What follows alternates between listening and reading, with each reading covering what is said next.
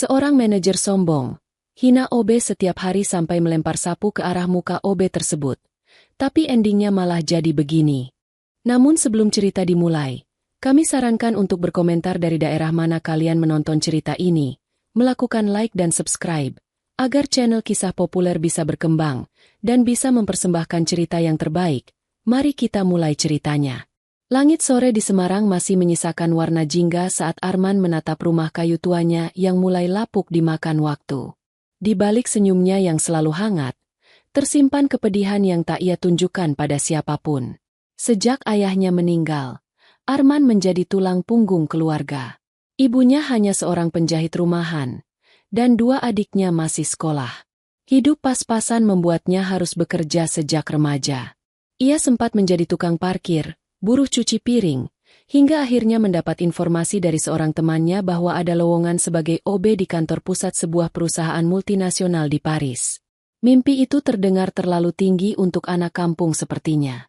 Tapi Arman tak menyerah. Ia belajar bahasa Inggris seadanya dari YouTube dan mengajukan lamaran. Berbekal doa ibunya dan semangat untuk mengubah nasib keluarga, ia akhirnya diterima dan diberangkatkan ke Paris. Setibanya di Paris, semua terasa asing. Cuaca dingin, orang-orang berjalan cepat dan nyaris tak menoleh satu sama lain. Arman mencoba menyesuaikan diri. Ia tinggal di asrama kecil yang disediakan perusahaan, sekamar bertiga dengan pekerja migran lainnya. Pekerjaannya cukup berat, menyapu, mengepel, merapikan dokumen, hingga menyajikan kopi di ruang rapat. Namun Arman tidak pernah mengeluh. Baginya, setiap keringat yang jatuh adalah langkah kecil menuju masa depan keluarganya yang lebih baik. Namun semua berubah saat Arman bertemu dengan Claire Dupont, manajer divisi pengembangan proyek. Wanita muda keturunan Prancis yang dikenal cantik, stylish, dan galak. Claire sangat tegas terhadap standar kebersihan dan ketertiban kantor. Sayangnya, Arman yang masih dalam proses adaptasi seringkali menjadi sasaran kemarahan Claire. OB baru dari mana lagi ini? Lihat tuh, masih ada bekas kopi di meja. Bentak Claire saat hari pertamanya Arman membersihkan ruang rapat. Arman menunduk, berusaha tetap sopan meski hatinya tersayat. Maaf, mademoiselle. Saya akan bersihkan lagi. Claire hanya melirik dingin. Di sini kami tidak menerima alasan. Kalau kamu tidak sanggup, mungkin kamu lebih cocok kerja di jalanan. Perkataan itu seperti tamparan keras bagi Arman. Tapi ia tahu, ia tidak datang sejauh ini untuk menyerah hanya karena omelan satu manajer. Ia memendam semuanya. Dihina, diteriaki, bahkan kadang disuruh membersihkan tempat yang sebenarnya bukan tugasnya. Tapi Arman tetap diam, tetap senyum, dan tetap bekerja. Meski begitu, tidak semua orang di kantor membenci Arman. Ada beberapa karyawan lain yang mulai simpatik melihat ketekunan dan kerendahan hatinya. Tapi Claire tetap seperti batu, keras dan dingin. Hari-hari berlalu. Arman hanya bisa berharap semoga Tuhan membuka hati Claire suatu hari nanti. Namun ia belum tahu bahwa pertemuan mereka bukanlah kebetulan. Karena justru dari seorang manajer yang kejam itulah, kelak takdir hidupnya akan berubah sepenuhnya. Pagi itu kantor pusat DuPont Corporation di Paris tampak lebih sibuk dari biasanya. Para eksekutif mengenakan setelan terbaik, dan aroma kopi memenuhi lorong-lorong. Ada rapat besar yang akan dihadiri investor luar negeri, dan seluruh karyawan sudah mendapat instruksi untuk memastikan segala sesuatunya berjalan sempurna. Bagi Claire Dupont, ini adalah momen penting. Ia ingin menunjukkan bahwa dirinya pantas mendapatkan promosi sebagai direktur. Arman datang lebih pagi seperti biasa. Ia membawa alat pel lantai dan sapu panjang, lalu mulai membersihkan ruang rapat besar. Ia memastikan tak ada noda kopi, debu, atau kertas tercecer. Keringat membasahi pelipisnya, tapi ia bekerja dengan senyuman, meski semalam hanya tidur 3 jam. Namun nasib berkata lain. Saat Claire masuk ruang rapat 20 menit sebelum acara dimulai, langkahnya langsung terhenti di tengah ruangan. Matanya memicing ke arah sudut karpet dekat meja utama. Ada jejak lumpur sepatu, entah dari siapa, yang mengotori permukaan lantai marmer berharga itu. Matanya menyapu seluruh ruangan, lalu tertuju pada Arman yang masih berdiri memegang sapu, berkeringat, dan tampak lelah. "Apa ini?" teriak Claire keras, hingga membuat semua karyawan yang lewat di luar ruangan ikut berhenti. Ia bergegas menghampiri Arman. Wajahnya memerah menahan marah. "Kau buta? Aku bilang bersihkan ruangan ini sampai kinclong. Kau pikir ini pasar tradisional di Indonesia?" Arman terkejut. Buru-buru hendak membersihkannya. "Maaf, saya tidak lihat bagian itu. Saya bersihkan sekarang, Mademoiselle." Tapi Claire kehilangan kendali. Ia menatap Arman seperti melihat sesuatu yang menjijikan. Tiba-tiba, ia meraih sapu dari tangan Arman dan "Biar!" melemparkannya keras ke arah tubuh Arman. Sapu itu menghantam dada Arman dan jatuh ke lantai dengan suara keras. "Kamu hanya cocok jadi tukang sapu, bukan manusia," teriak Claire dengan nada penuh hinaan. Suasana langsung senyap. Beberapa staf yang sedang lewat di koridor terdiam, terpaku menyaksikan kejadian tersebut dari balik kaca ruang rapat. Tak ada yang berani bersuara. Arman menunduk, menahan perih. Bukan karena sapu itu mengenai tubuhnya, tapi karena kata-kata Claire menusuk jauh lebih dalam. Hatinya gemetar, tapi ia menahan tangis. Ia hanya membungkuk perlahan, mengambil sapu yang jatuh, dan mengangguk pelan. "Maafkan saya." Claire masih berdiri di tempatnya. Nafasnya memburu karena emosi. Tapi di balik pintu kaca, para pegawai mulai saling memandang. Beberapa bahkan diam-diam mengeluarkan ponsel, merekam kejadian itu. Sementara itu, Arman pergi meninggalkan ruangan tanpa suara.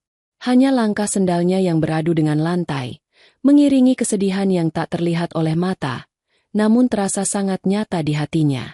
Tak ada yang tahu, hari itu bukan hanya hati Arman yang terluka. Hari itu adalah titik balik dari hubungan mereka berdua. Awal dari perubahan besar yang tak pernah mereka bayangkan.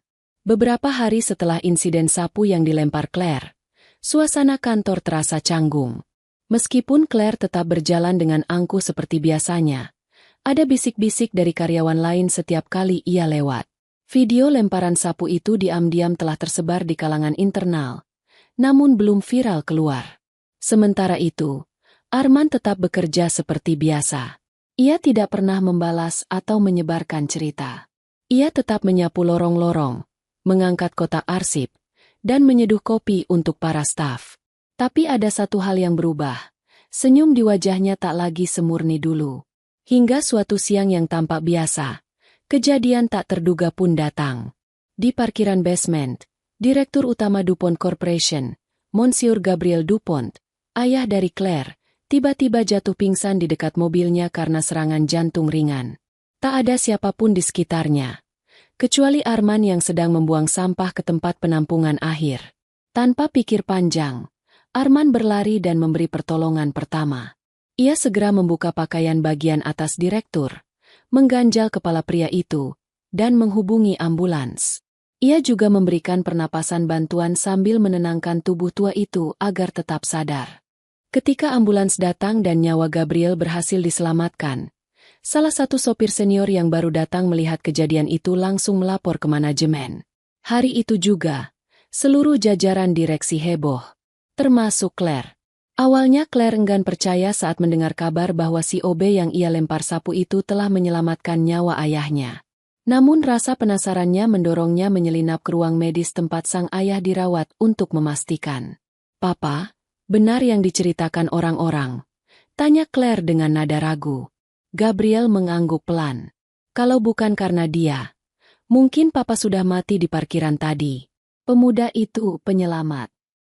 Claire terdiam. Ia tidak tahu harus berkata apa. Tapi apa yang dikatakan ayahnya berikutnya benar-benar mengguncang hatinya.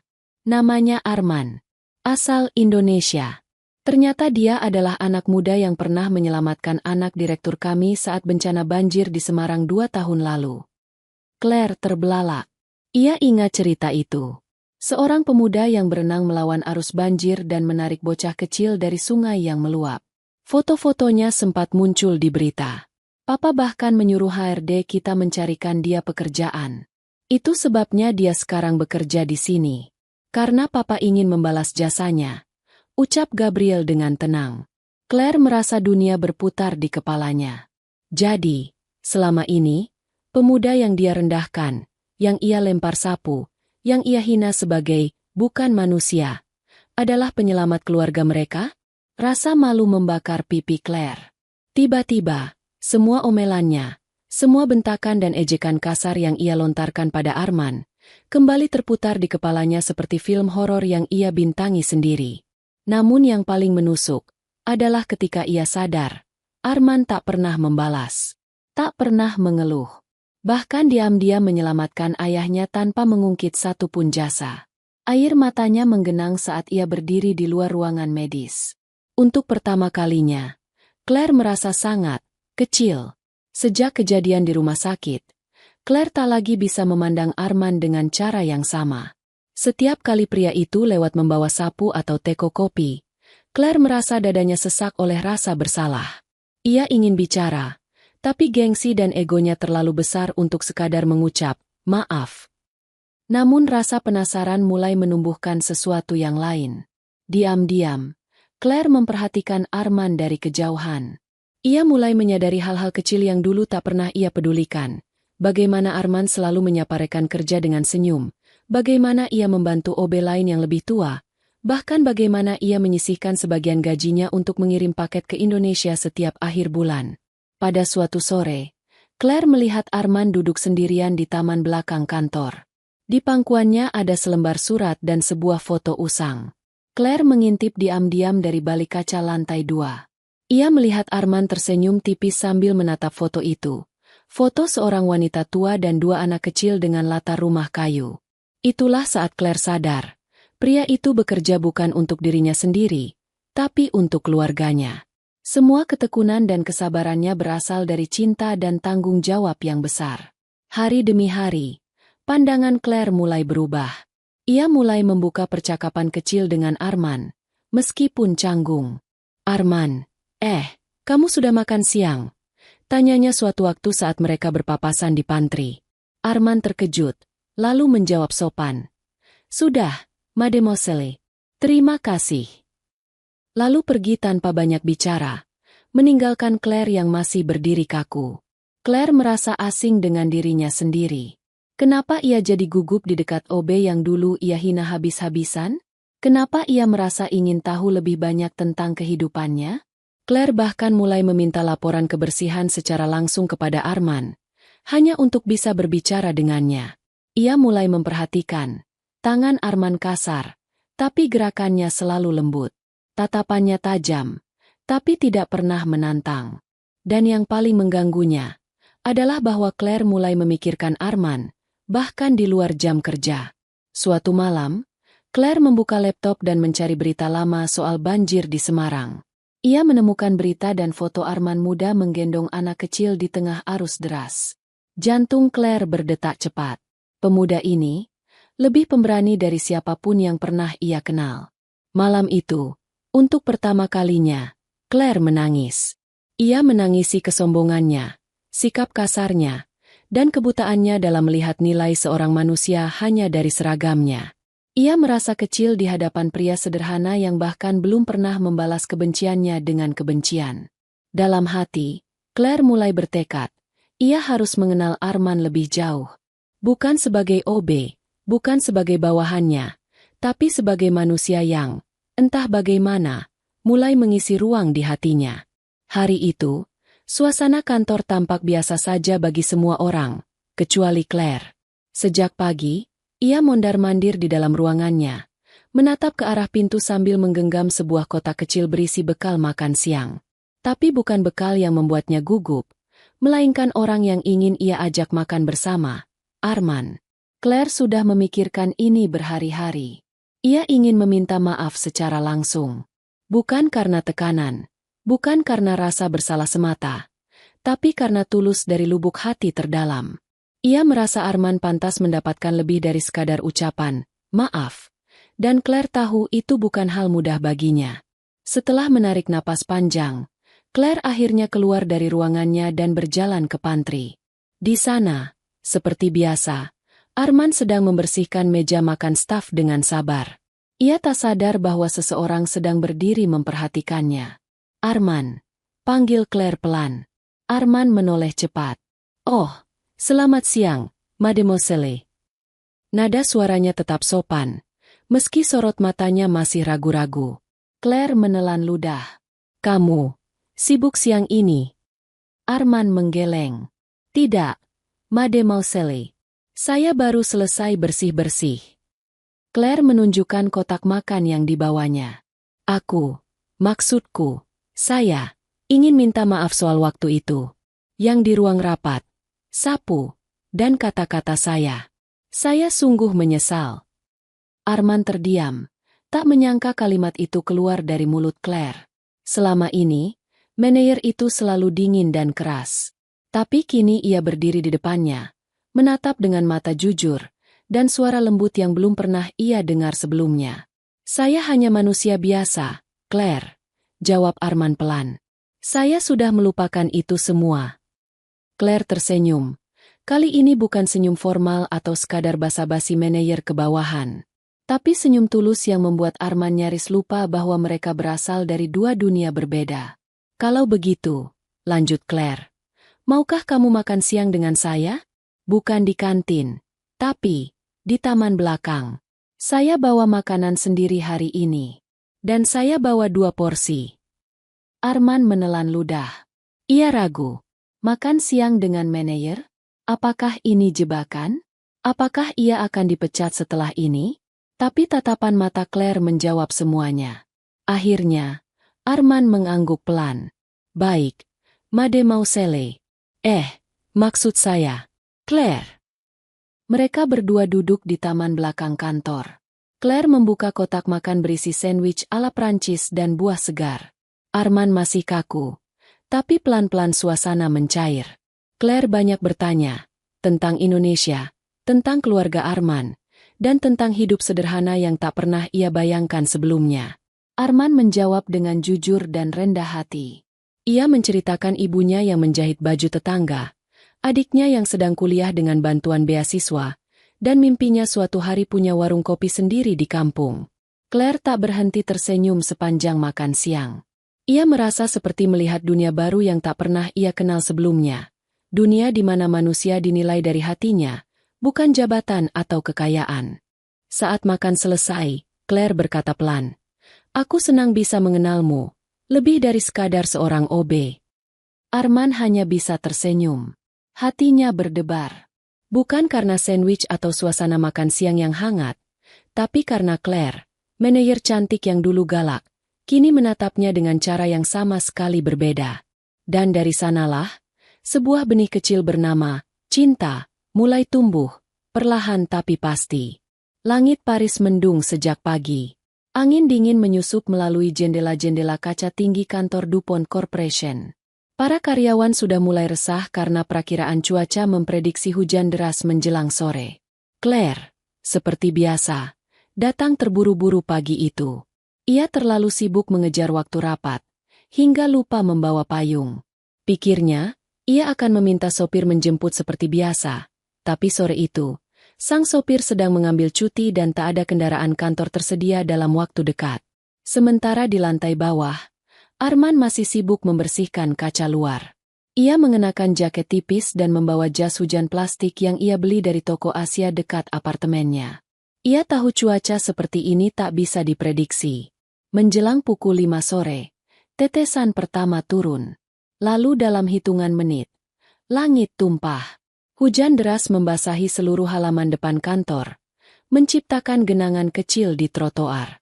Suara gemuruhnya menenggelamkan suara mobil-mobil. Claire berdiri di bawah kanopi pintu utama, melihat hujan deras itu sambil menghela napas.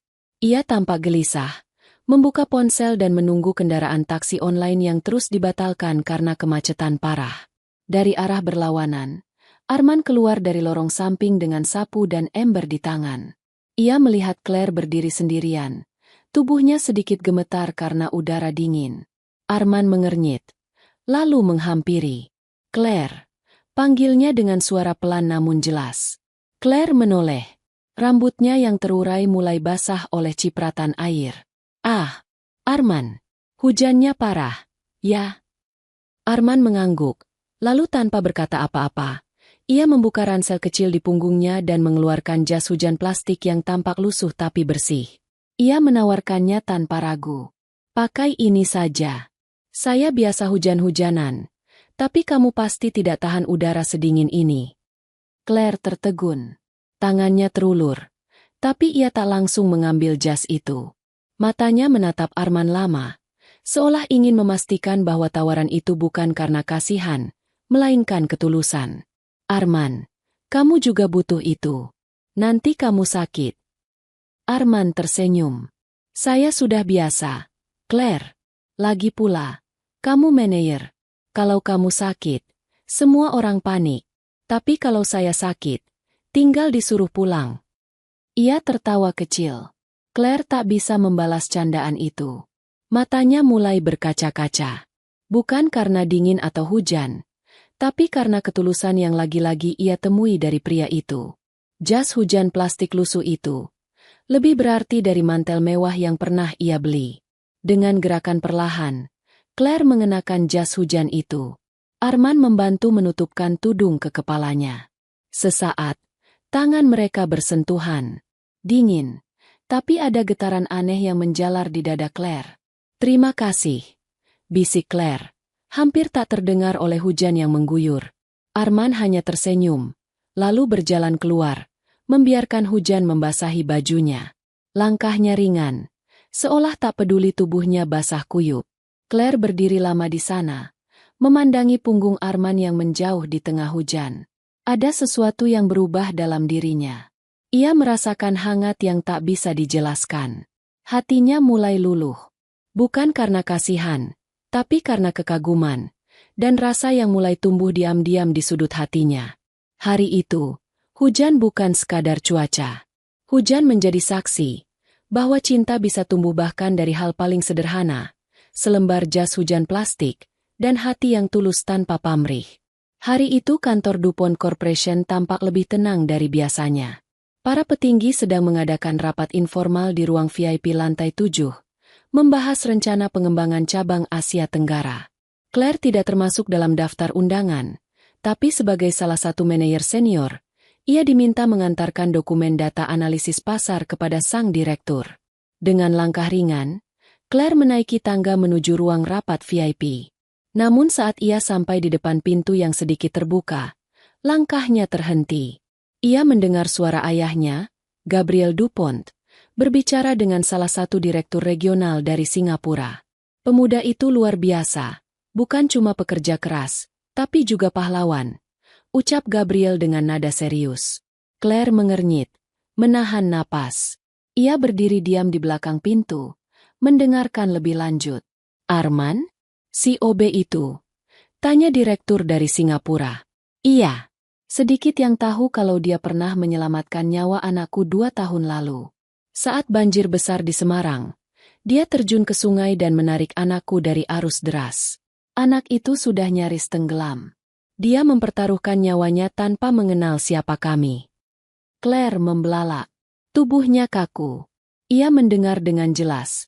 Nama itu, Arman. Setelah itu, lanjut Gabriel, aku bertekad membalas kebaikannya. Tapi dia tidak pernah meminta imbalan. Bahkan saat aku tawari beasiswa, dia bilang lebih baik diberi pekerjaan, supaya bisa tetap bantu ibunya. Maka aku masukkan dia ke sini, dengan harapan orang-orang mengenalnya bukan hanya sebagai OB, tapi sebagai manusia hebat yang rendah hati. Claire menutup mulutnya. Dadanya berdegup kencang. Otaknya berputar, mengulang tiap kata yang baru saja ia dengar. Tangannya gemetar. Bukan karena takut, tapi karena rasa malu yang menggumpal. Orang yang pernah ia lempar sapu. Yang ia hina sebagai, bukan manusia. Yang ia abaikan seperti bayangan di lorong, ternyata adalah penyelamat adiknya sendiri. Pria yang diam-diam sudah berjasa dalam hidup keluarganya. Claire melangkah mundur perlahan, lalu berbalik. Ia tidak sanggup masuk dan menyerahkan dokumen. Ia butuh waktu untuk menenangkan pikirannya yang kacau. Di lorong kosong, Claire bersandar di dinding. Air matanya jatuh pelan. Bukan karena sedih, tapi karena tersadar betapa butanya ia selama ini. Arman telah mengajarkannya arti kemanusiaan, tanpa satu kata pun, hanya lewat perbuatan dan ketulusan. Arman, bisiknya lirih. Sejak hari itu, kekaguman Claire tak lagi bisa ia sembunyikan. Ia mulai sering mencari alasan untuk bertemu, menawarkan bantuan kecil, bahkan hanya sekadar mengobrol ringan. Ia mulai melihat Arman bukan sebagai OB, bukan sebagai penyelamat, tapi sebagai laki-laki yang menggetarkan hatinya dengan caranya sendiri. Di dalam hati Claire, sebuah tekad mulai tumbuh. Aku ingin mengenalnya lebih dalam. Aku ingin meminta maaf, sepenuhnya. Dan mungkin, aku ingin mencintainya. Beberapa minggu berlalu sejak Claire mengetahui siapa Arman sebenarnya. Hubungan mereka perlahan berubah. Dari dua orang yang tak saling sapa, menjadi dua manusia yang mulai menghargai kehadiran satu sama lain. Tak ada kata, atasan, atau bawahan, saat mereka berbincang. Yang ada hanyalah rasa saling ingin tahu, dan ketulusan. Namun ada satu hal yang terus menggantung dalam hati Claire. Keinginan untuk benar-benar mengenal Arman lebih dalam. Bukan hanya di balik seragam OB-nya, atau cerita masa lalunya di kantor, tetapi mengenalnya di tempat yang membentuknya menjadi sosok luar biasa seperti sekarang. Suatu sore, di taman belakang kantor tempat mereka dulu makan siang bersama, Claire menyampaikan keinginannya. Arman, ucap Claire, menatapnya penuh keyakinan. Kalau aku bilang ingin pergi ke Indonesia, ke rumahmu, kamu akan izinkan? Arman tersedak oleh teh hangat yang baru saja diteguknya. Maksud kamu, ke kampung saya? Ke Semarang? Claire mengangguk. Aku ingin melihat dunia tempat kamu tumbuh. Tempat yang membentuk kamu jadi sekuat ini. Aku ingin belajar hidup sederhana. Aku ingin tahu kamu, bukan cuma dari cerita. Arman terdiam lama. Ia menatap Claire, wanita Prancis yang dulu ia pikir tak akan pernah mau menyentuh tanah di luar Paris. Sekarang berkata ingin datang ke rumah kecilnya yang bahkan tidak punya AC. Apa kamu yakin? Tempat saya sangat jauh dari nyaman. Tidak ada mall, tidak ada lift, dan bahkan toilet di belakang rumah, kata Arman, setengah bercanda tapi penuh kekhawatiran. Claire tersenyum, kali ini dengan mata yang bersinar jujur. Dan justru itu yang ingin aku rasakan. Aku sudah terlalu lama hidup di dunia yang serba mewah, tapi kosong. Tapi bersamamu, aku merasa ada sesuatu yang nyata. Beberapa minggu kemudian, Claire terbang ke Indonesia bersama Arman. Ia tak membawa koper besar, hanya ransel dan hati yang terbuka. Saat tiba di Semarang, udara panas dan aroma tanah basah menyambutnya. Di pinggiran kota, rumah Arman berdiri sederhana tapi bersih. Ibunya menyambut Claire dengan senyuman hangat dan nasi goreng buatan sendiri. Claire belajar banyak hal selama berada di sana. Bagaimana menimba air, memasak dengan tungku, tidur di kasur tipis, mencuci dengan tangan, dan mandi dengan gayung. Tapi yang paling ia pelajari adalah bagaimana hidup dengan hati. Setiap pagi, ia melihat Arman membantu tetangga, membetulkan genteng bocor tanpa diminta, atau berbagi beras dengan keluarga yang kekurangan. Di situ Claire melihat cinta, bukan sebagai kata, tapi sebagai tindakan. Malam-malam mereka diisi dengan obrolan ringan di teras, ditemani suara jangkrik dan bintang-bintang. Dan di sanalah, jauh dari lampu kota Paris, cinta mereka tumbuh. Tak terburu-buru, tak dibuat-buat, hanya tumbuh karena saling mengenal, dari hati ke hati. Sampai suatu malam, di bawah cahaya lampu minyak, Claire berkata pelan, Arman, kamu tidak perlu berubah untuk aku. Tapi aku ingin berubah. Untuk bisa memahami kamu. Arman tak menjawab dengan kata-kata. Ia hanya menatap Claire lama, lalu mengangguk dengan senyuman yang tulus. Cinta mereka bukan sekadar perbedaan budaya, bukan soal status, tapi tentang dua manusia dari dunia berbeda yang bertemu di satu titik bernama ketulusan. Setelah 2 minggu tinggal di kampung halaman Arman, Claire kembali ke Paris. Tapi dirinya tak lagi sama. Ia bukan lagi manajer perfeksionis yang menilai orang dari penampilan. Hatinya telah disentuh oleh kehidupan sederhana yang penuh kasih, dan oleh pria yang tanpa banyak bicara, mengajarkan makna cinta dan ketulusan. Hari itu adalah ulang tahun perusahaan DuPont Corporation yang ke-40. Sebuah acara besar digelar di ballroom hotel mewah di pusat kota. Seluruh karyawan hadir, dari jajaran direksi hingga OB paling junior. Claire berdiri anggun di atas panggung, mengenakan gaun sederhana berwarna biru lembut, jauh dari gaya mewah biasanya. Suasana menjadi hening ketika Claire tiba-tiba memegang mikrofon. Ia menatap ke arah hadirin, lalu berhenti tepat di satu titik, tempat Arman berdiri di barisan belakang bersama para OB dan staf teknis. Claire menarik napas panjang, lalu mulai berbicara. Hari ini bukan hanya hari penting untuk perusahaan, tapi hari yang juga penting untuk hidupku, ucap Claire. Semua mata tertuju padanya, bertanya-tanya kemana arah pidato ini. Aku ingin bicara tentang seseorang yang awalnya aku remehkan. Seseorang yang kukira hanya sekadar pekerja kelas bawah. Tapi ternyata, dia jauh lebih tinggi dari semua gelar dan jabatan. Claire menatap langsung ke arah Arman. Dialah Arman, OB dari Indonesia. Pria yang dengan sabar bekerja tanpa pernah mengeluh. Yang pernah kusakiti dengan kata-kata dan perlakuan yang sangat tidak manusiawi. Tapi dia tak pernah membalas. Dia justru menyelamatkan keluargaku, dan diam-diam, menyelamatkan hatiku. Seluruh ruangan terdiam. Bahkan Direktur Utama, Gabriel DuPont, tampak terharu. Aku jatuh cinta padamu, Arman, lanjut Claire dengan suara yang mulai bergetar. Bukan karena siapa kamu sekarang, tapi karena ketulusan yang kamu punya sejak dulu.